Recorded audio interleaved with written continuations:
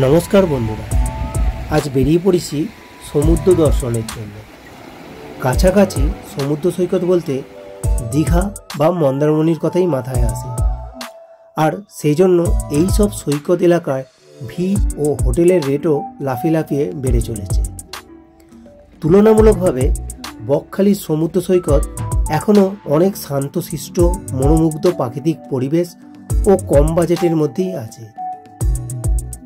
সমুদ্রের ঢেউ তেমন না থাকলেও বিস্তৃত সমুদ্র সৈকতের জন্য 1-2 দিনের ঘোরার জন্য কাছাকাছির মধ্যে খুবই ভালো এই সমুদ্র সৈকত। বন্ধুরা, ট্রেন ও বাসে করে বকখালি অনেকবার গেছি, এই প্রথমবার কারে চেপে যাবার মজা নিচ্ছি। এখন ভোর 6টা বাজে আর এই ভোরে বেরিয়ে পড়েছি। এই যে আমাদের গাড়ি ছুটে চলেছে সেকেন্ড ব্রিজের উপর দিয়ে। মেঘের কোলে রোদ উঠেছে, দেখছি ব্রিজের মাঝে। ছুটে চলেছি এক মুঠো রোদ ধরবো বলে বালির কণায়।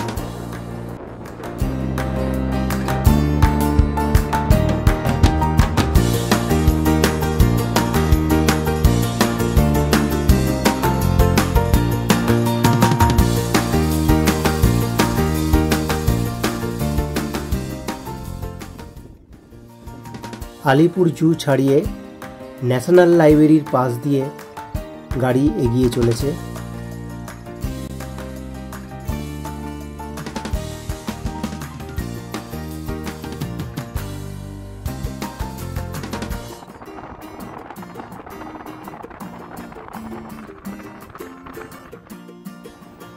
মাঝেরহাট বিচ ক্রস করছি।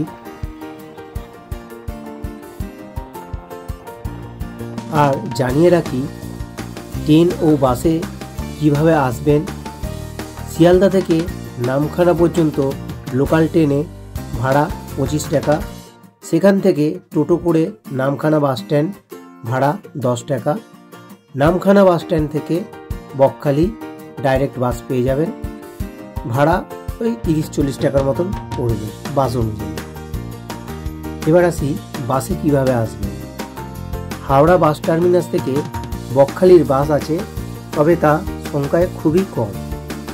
ধর্মতলার শহীদ মিনারের কাছের বাস স্ট্যান্ড থেকে বকখালির অনেক বাস ছাড়ে, সহজেই পেয়ে যাবে। বাঁদিকে দেখা যাচ্ছে কৈলান মন্দির বা স্বামীনারায়ণ মন্দির। এই মন্দির নিয়ে ডিটেলসে ভিডিও আছে আমার ইউটিউব চ্যানেলে, চাইলে দেখে নিতে পারেন। আর একদিনের ট্যুরে ঘুরেও যেতে পারেন। খুব সুন্দর এই মন্দিরটি।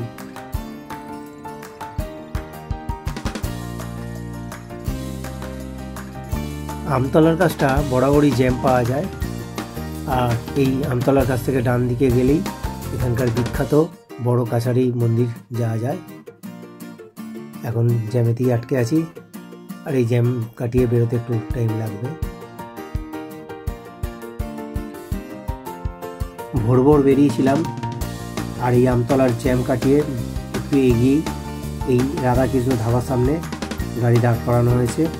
প্যাসেজ আছে বেশ অনেকটাই, এখানে সেরে নেব আজকের সকালের ব্রেকফাস্ট।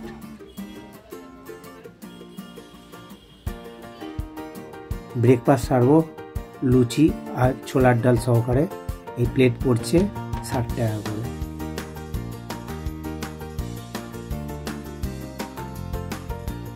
ব্রেকফাস্ট সেরেই উঠে পড়েছি গাড়িতে। গাড়ি আবার ছুটে চলেছে ডায়মন্ড হারবার রোড ধরে ডায়মন্ড হারবারের দিকে।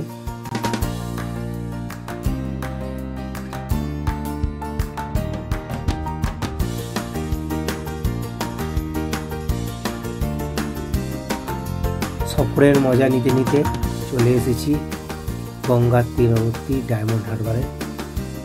ওয়ান ডে ট্যুরের জন্য চলে আসতে পারেন এই ডায়মন্ড হারবারে। এখানকার প্রাকৃতিক সৌন্দর্য খুব সুন্দর। এছাড়াও এখানেও অনেক হোটেলের থাকার ব্যবস্থা আছে, তো তার উপরও আমার ভিডিও আছে, চাইলে আমার ডেসক্রিপশান বক্সে লিঙ্ক দেওয়া থাকবে, দেখে নিতে পারেন সেখান থেকে। একটা ছোট্ট বিরতির জন্য দাঁড়িয়েছি এই ডায়মন্ড হারবারে। আর জাহাজের আনাগোনা দেখতে দেখতে চুমুক দিয়েছি এই ডাবের জলে।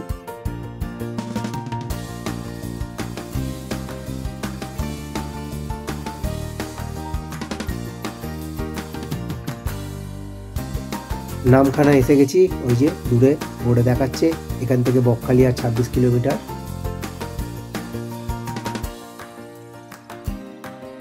সামনেই ব্রিজ দেখা যাচ্ছে, হাতানি দুয়ানি নদীর উপর এই ব্রিজ তৈরি হওয়ার আগে আমাদেরকে এই নদী ক্রস করতে হতো নৌকার মাধ্যমে, আর এখন গাড়ি ছুটে চলেছে শো করে এই ব্রিজের উপর দিয়ে সরাসরি বকখালির উদ্দেশ্যে।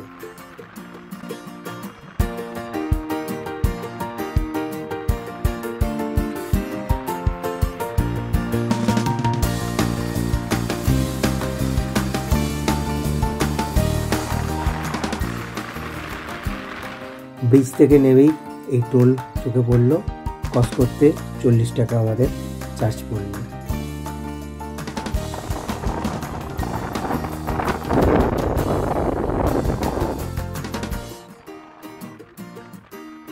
দূর থেকে দেখতে পাওয়া যাচ্ছে ওই উইন্ড টারবাইনগুলো, ওগুলো মনে করিয়ে দিচ্ছে যে আমরা বকখালি পৌঁছে গেছি। এই যে ডান দিকের রাস্তাটা দেখা যাচ্ছে, এটা চলে যাচ্ছে ফ্রেজারগঞ্জের দিকে। বকখালি সমুদ্র সৈকত ধরেও এখানে অবধি হেঁটে আসা যায়, আর এখান থেকেই আপনি অজস্র হোটেল পেয়ে যাবেন বকখালি অবধি এখন। আর এখান থেকে বকখালি অবধি পুরো রাস্তাটাও খুব সুন্দর।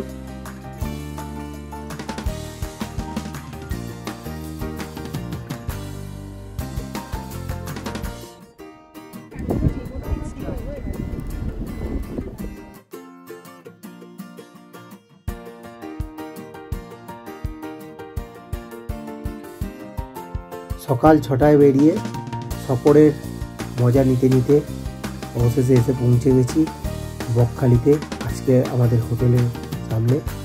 আর এখন ঘড়িতে সময় বেলা 11টা বাজে। এবার প্রবেশ করব আমাদের হোটেল দইপায়নে। ওরে বাবা রে, আমাদের হোটেলে কারা স্বাগত জানাতে এসছে দেখুন। ও খুব মজা করছে দুজনে। এই এলাকায় গোটা তিনেক সি ফেসিং সুন্দর হোটেল আছে, তার মধ্যে এই হোটেলটি আমাদের বাজেটের মধ্যে ঠিকঠাক বলে মনে হলো। তো গ্রাউন্ড ফ্লোরে 1600 টাকা করে রুম দেখিয়েছিল, আর ফার্স্ট ফ্লোরে 1800 টাকা করে। আমরা ফার্স্ট ফ্লোরেই নিচ্ছি, যেহেতু ফার্স্ট ফ্লোর থেকে ভিউটা খুব সুন্দর পাওয়া যাচ্ছে। উপরে উঠেই ডান দিকে যে 101 আর বাঁ দিকে যে 102, এই রুমটিতে আজ আমরা থাকবো। আর এই বাস সামনের ব্যালকনি থেকে ভিউটা দেখুন, জাস্ট অসাম। সামনেই দেখা যাচ্ছে রিসেপশন কাম রেস্টুরেন্ট। এবার রুমে প্রবেশ করব আর ঘুরিয়ে দেখাবো রুমটা। এই যে ঢুকেই ডান দিকে এসি দেখা যাচ্ছে, আর সামনে একটা ড্রেসিং টেবিল, ওপরে পাখাও আছে, সামনে টিভি, সোফা, আর বেডটাও যথেষ্ট বড়, আর বেশ দেখলেই শুতে ইচ্ছে করছে। 3 জন আরামসে শোয়া যাবে। আর এই যে ড্রেসিং টেবিলের পাশ দিয়ে ওয়াশরুম দেখাবো খুলে। বাহ, একদম পরিষ্কার পরিচ্ছন্ন, সমস্ত কিছু সরঞ্জাম আছে, গিজার, বেসিন, কুমোড, শাওয়ার, সব কিছুই আছে। আর এই যে বেরোচ্ছে এবার ব্যালকনিতে। বাহ, ব্যালকনি থেকে ভিউটা দেখুন, সি ফেসিং। এখান থেকে বসে বসে সমুদ্রের ভিউ দেখা যাবে।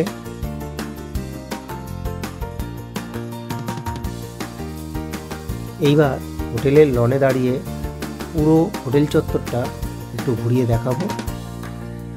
এই যে দেখা যাচ্ছে এটা হোটেলের পুরনো বিল্ডিং, আর এই হোটেলেরই এই নতুন বিল্ডিংগুলো তৈরি হচ্ছে।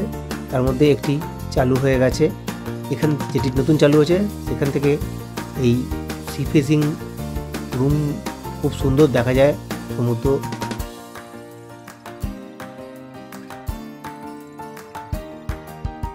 হোটেল থেকে বেরিয়ে এই রাস্তা ধরেই যাব সমুদ্র স্নানের উদ্দেশ্যে। এই যে গাড়িটা দেখতে পাচ্ছেন, আর এই যে লোকজন আসছে, এই একটুখানি গেলেই সমুদ্র। আর এই যে বাঁদিকে যেসব বিল্ডিংগুলো দেখা যাচ্ছে, এগুলো এই হোটেল চত্বরেরই বিল্ডিং, নতুন করে তৈরি হচ্ছে, এবং প্রত্যেকটা থেকেই সমুদ্র দেখা যাবে একদম আরাম করে। সমুদ্রের জল অনেকটা দূরে চলে গেছে এখন ভাটার সময় বলে, আর এমনিতেই বকখালি সমুদ্রে জল কম থাকে, এই যে বালি শুরু হয়ে গেছে, যাব অনেকটাই যেতে হবে সমুদ্রের জলের ঢেউ নিতে। এতক্ষণ হোটেল থেকে সমুদ্র দেখাচ্ছিলাম, এবার সমুদ্রের কাছে দাঁড়িয়ে আমাদের ওই যে দূরে হোটেল দেখাচ্ছি।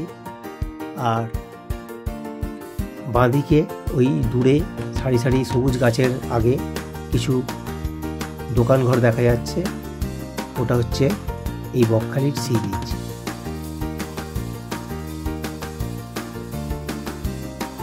পুরো সি বিচ লাল ক্যাকড়ায় ভরে আছে।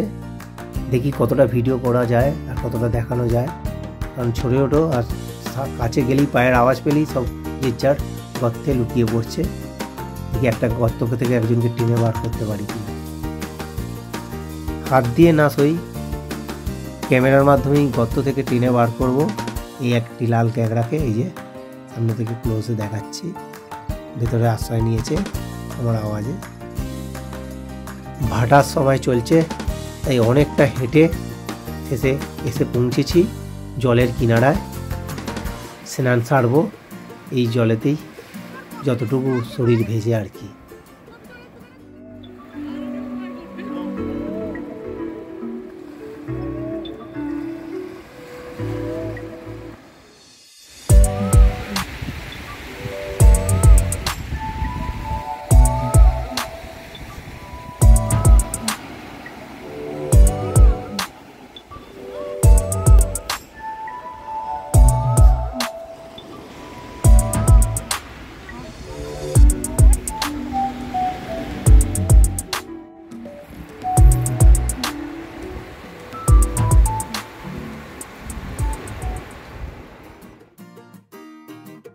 দুপুরের মধ্যাহ্নভোজে নিয়েছি কাতলা মাছের থালি, যাতে দেওয়া হয়েছে ভাত, আলু ভাজা, ডাল, বাঁধাকপির তরকারি আর কাতলা মাছের ঝাল। এই থালি পড়েছে 180 টাকা করে। খাওয়া দাওয়া সেরে হোটেলে কিছুটা সময় রেস্ট নিয়ে বিকেল হতেই বেরিয়ে পড়েছি। বকখালিতে অনেক সাইট সিন আছে, তারই মধ্যে দু একটা ঘুরে দেখব বলে। আর যাওয়ার পথে দেখা যাচ্ছে আরও বেশ কিছু হোটেল। এইসব হোটেলগুলি আপনারা 5 থেকে 700 টাকার মধ্যে পেয়ে যাবেন, বাজেট হোটেল। আর খাওয়া দাওয়া মোটামুটি 50 টাকা থালি থেকে শুরু পেয়ে যাবেন।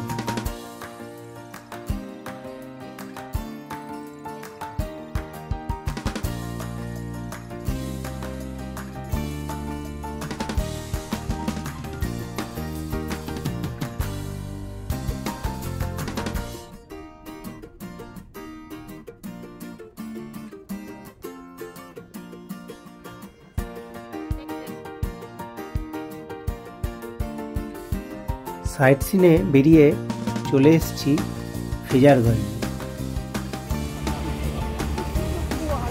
এই যে বিল্ডিংটা দেখা যাচ্ছে, এটাকে অনেকেই বলে বেড়ায় যে এটা ফ্রেজার সাহেবের বাড়ি, কিন্তু আমরা যেহেতু দীর্ঘদিন ধরে এই বকখালি আসছি, আর বকখালিতে ফ্রেজার সাহেবের অরিজিনাল যে বাড়িটা সেটা কিন্তু অনেক দিন আগেই সমুদ্রগর্ভে তলিয়ে গেছে, এবং তার ওপর আমরা পা রেখে আড্ডাও মেরে গেছি। এটা একটি কর্পোরেশনের বিল্ডিং, যেটাকে অনেকে ফ্রেজার সাহেবের বাড়ি বলে চালায়। গঙ্গা দেবীর মন্দির, গঙ্গা পুজোর সময় এলে এখানে বেশ বড় করে পুজো হয়, দেখতে পাবেন। এমনিও মন্দিরটি একটু ঘুরে দেখতেই পারেন, সুন্দর মন্দির।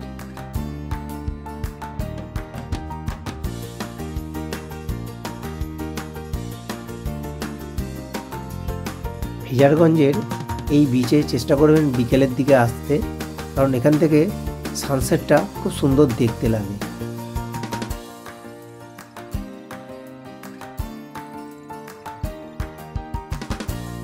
ফ্রেজারগঞ্জ থেকে চলেছি এবার কার্গিল বিচের দিকে, যার দূরত্ব ওই 300 মিটারের মতন হবে। চলে এসেছি কার্গিল বিচে, আর এই কার্গিল বিচ থেকেও সানসেট বেশ সুন্দর দেখতে পাওয়া যায়, কিন্তু আমরা ফ্রেজারগঞ্জের বিচ থেকেই সানসেট দেখে নিয়েছি। আর যখন এই কার্গিল বিচে এসে পৌঁছেছি সানসেট হয়ে গেছে। তবে জলের ঢেউটা এখানে বেশ ভালো আছে বলে ওকে জলে নেবে একটু এনজয় করছে, দেখাবো। জলের ঢেউ আসছে। আছড়ে পড়ছে তটে।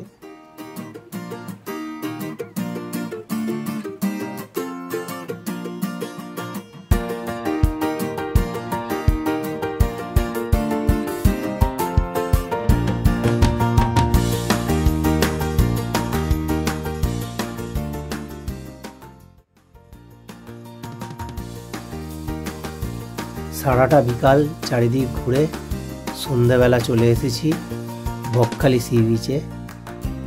হ্যাঁ, দেখলে এখন মনে হচ্ছে দীঘার সি বিচ, দীঘার সি বিচের মতনই একদম জমজমাট, চারদিকে প্রচুর দোকান।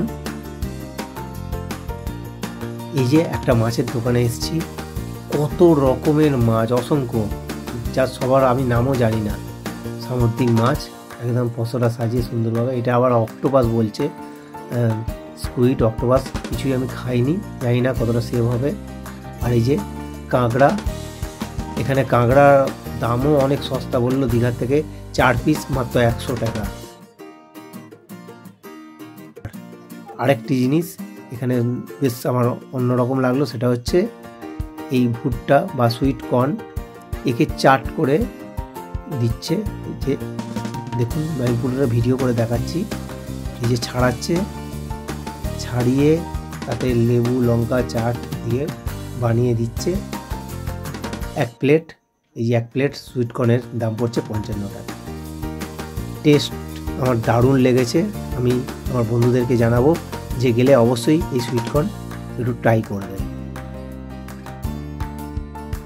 সমুদ্র তটে চেয়ার সাজিয়ে দিয়েছে, যার ভাড়া ঘন্টা প্রতি 10 টাকা।